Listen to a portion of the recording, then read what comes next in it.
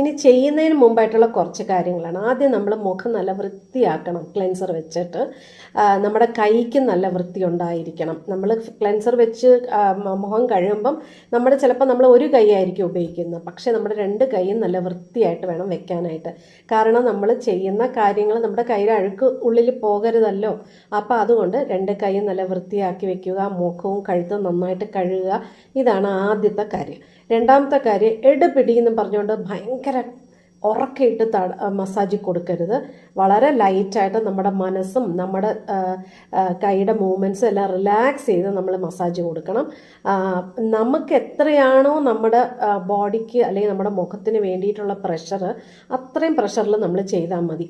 അല്ലാതെ ഭയങ്കര ഇറുക്കി അങ്ങ് ചെയ്യേണ്ട. കാരണം ചില സലൂണിലൊക്കെ ഞാൻ ശ്രദ്ധിച്ചല്ല, ഞാൻ അനുഭവിച്ചിട്ടുണ്ട്. പണ്ട് ഞാൻ ഞാൻ ഫേഷ്യൽ അധികം ചെയ്യാറില്ല. ഞാൻ ചെയ്യണേ തനിയെയാണ് ഞാൻ മസാജൊക്കെ കൊടുക്കുന്നത്.